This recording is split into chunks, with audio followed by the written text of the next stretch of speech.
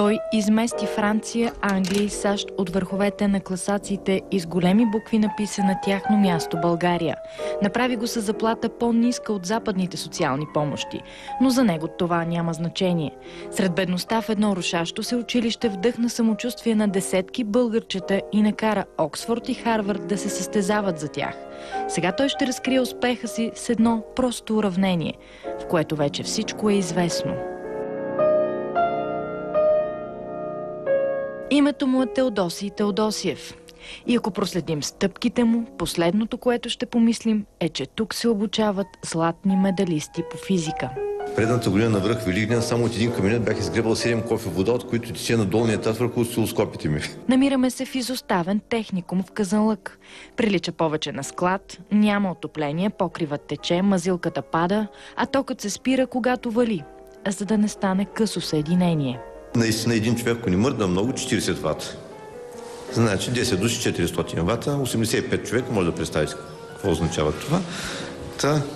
И няколко малки печи тук като сложиме и горе-долу се получава. Освен това, по много горещо стане, ще им се доспи. Все пак, нали сме будители, не би трябвало да ги оставим да заспиват децата. Да се учи с всякито. Кофти, ама истината е, че на много места е така, смисъл, не сме само ние.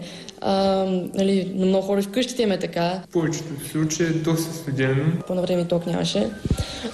Какво правихте, като нямаше ток? Светлата част на деня. После го включиха пак, спряха водата. Когато включат нещо, изключат друго. Тъй, че условията се лоши. И вижте, тук имаме една печка на дърва, но тя се пуска само в много специални случаи, защото пък дървата са ограничен ресурс. Има един от законите на Мърфи, който каза, че човек да постигне нещо голямо в живота си, трябва да има необходимия минимум неблагоприятни условия. Ние ги имаме.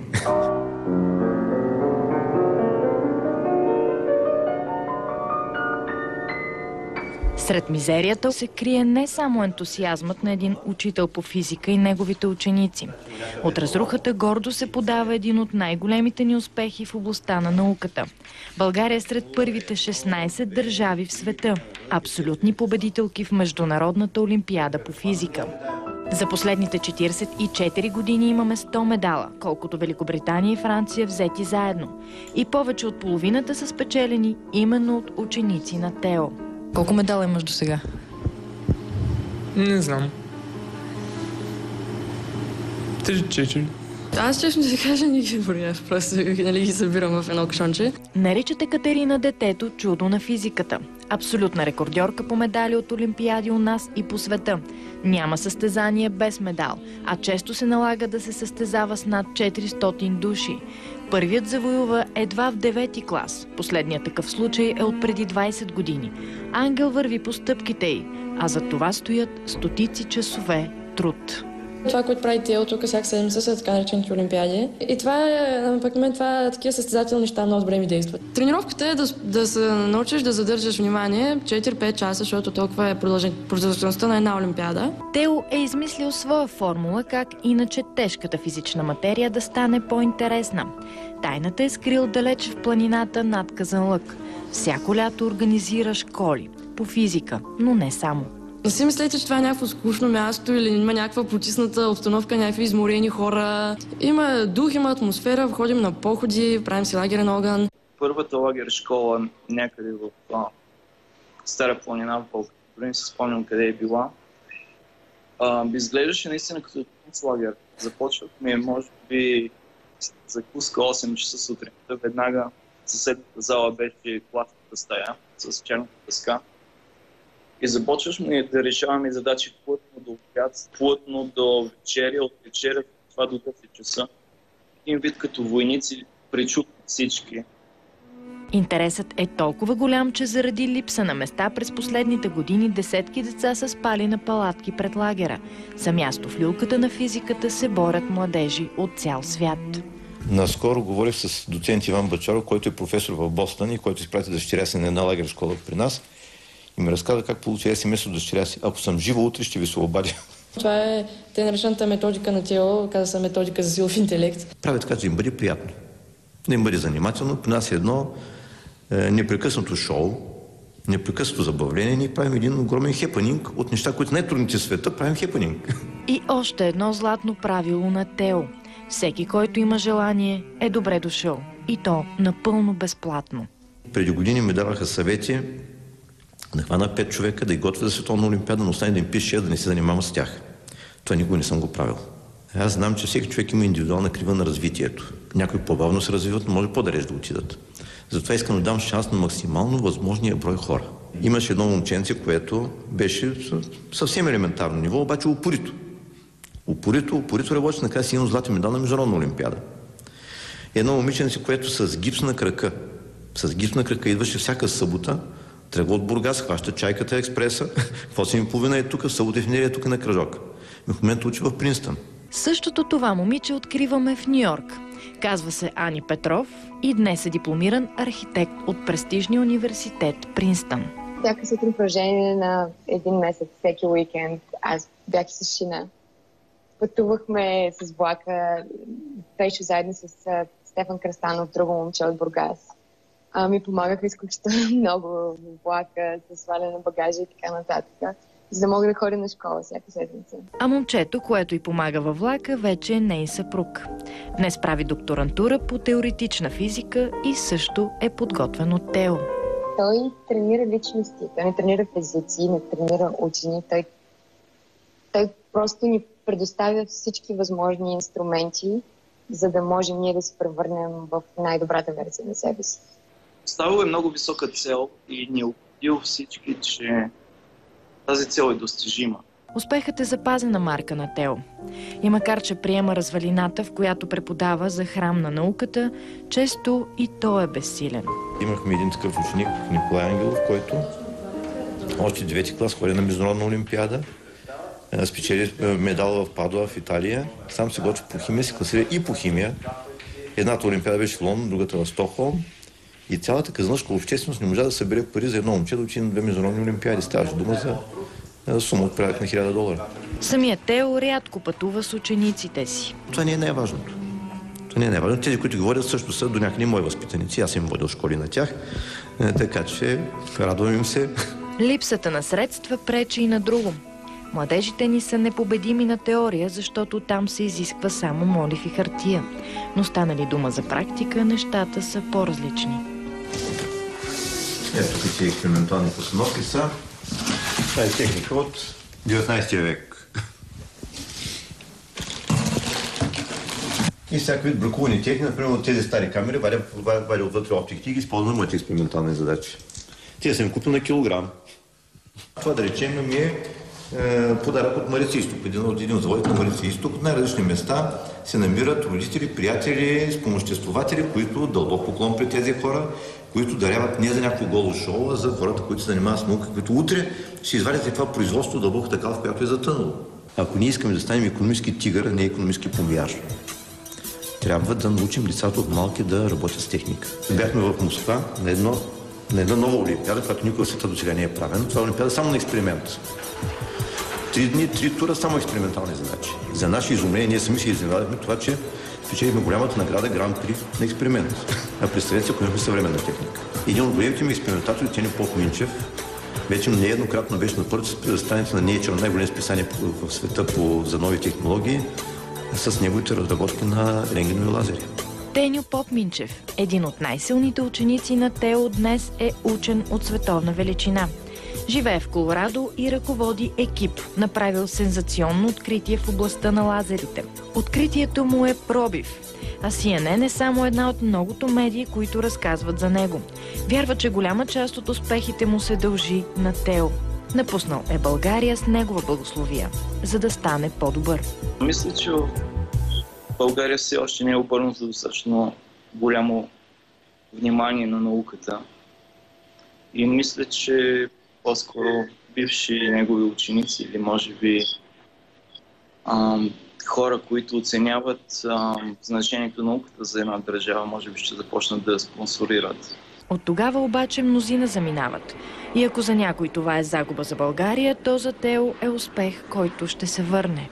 Хората, които заминават в чужбина, да се дават ценности от световна величина. Това за мен е по-важното, че това са хора, които наистина имат възможности. В крайна сметка ние живеем в един глобализиран свят. И не може Райна Кабаеванска да затвори да пее в една селска кръчма. Няма да е прилично, нали? Тези деца, които работят на световно ниво, те трябва да отидат при себе подобни, където ще могат да направят най-много. И го правят. Вашите ученици принадлежат на света. Да, и света принадлежи на тях. И на нас. Просто трябва да свикнем да мислим, че ние сме част от този голям свят. На големия свят принадлежи и Екатерина. Сега е нейн ред да замине. В Англия кандидатствах само в Кембридж и бях прията. В Щатите кандидатствах в MIT, Станфорд, Калтех, Принстън, Харвард. Те всичките ме приеха. Приятно е, когато получиш едно такова писмо, но после става много трудно, когато вече трябва да почнеш да избираш. В момента, в който почнеш да мълчиш, почват да ти изпращат още много неща. Да не би случайно да не си получил или ако се колебаеш, да те натиснат. И всъщност, примерно, изпращат даже... Това съм много трудно, примерно, ръчно написана картичка. В смисъл, някой човек наистина е седнал да не подпише. И това е човек, който е завършил университета. Освен това, има и друг момент, и финансовата страна. И по този начин се опитват да ти повлияят, И в някакъв момент ти получаваш една оферта за едни пари. След един месец получаваш оферта за няколко $1000 отгоре. Няма да уча в Щатите, ще уча в Англия, в Кембридж. И просто въпросът стоеше между парите или приятелите. И мисля, че аз съм направила някакъв най-човешки, най-логичен избор.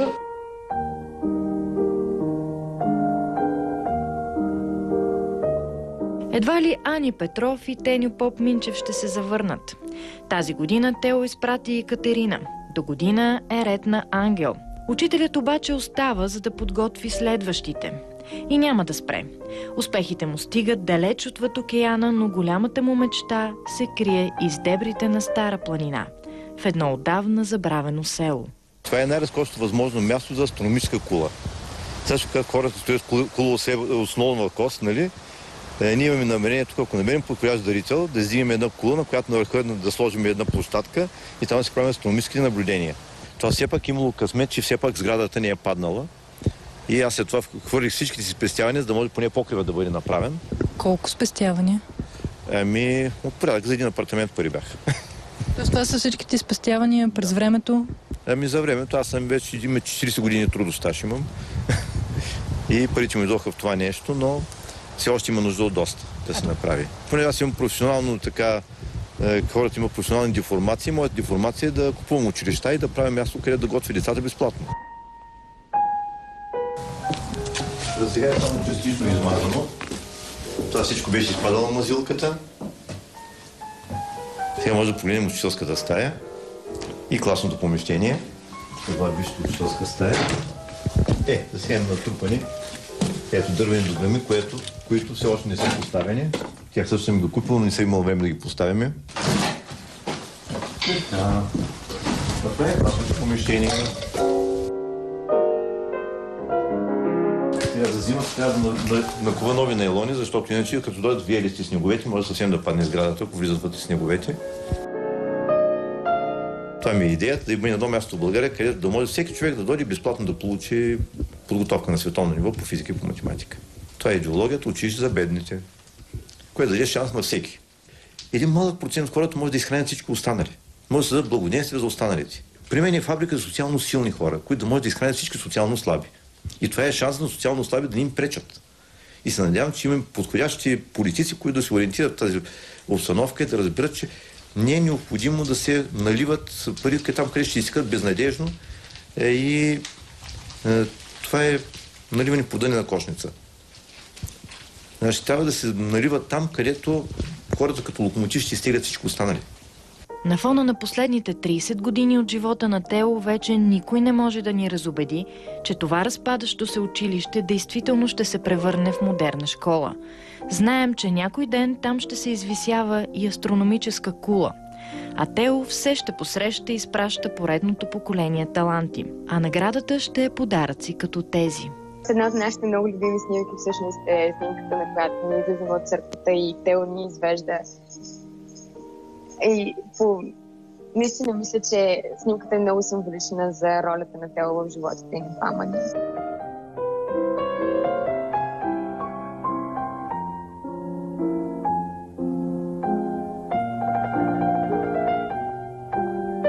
А освен признанието му остава и още нещо – удовлетворението, че успешно е решил най-сложната формула в живота си. Значи аз съм хуманитар, който е попаднал между хората на точните науки.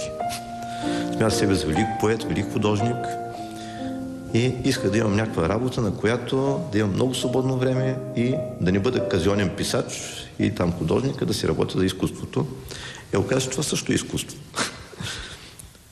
Това да подготви един човек на световно ниво, да победи той всички американци, китайци и така нататък, това е все едно като на Микеланджело картината, където Господ внушава душа на Адам.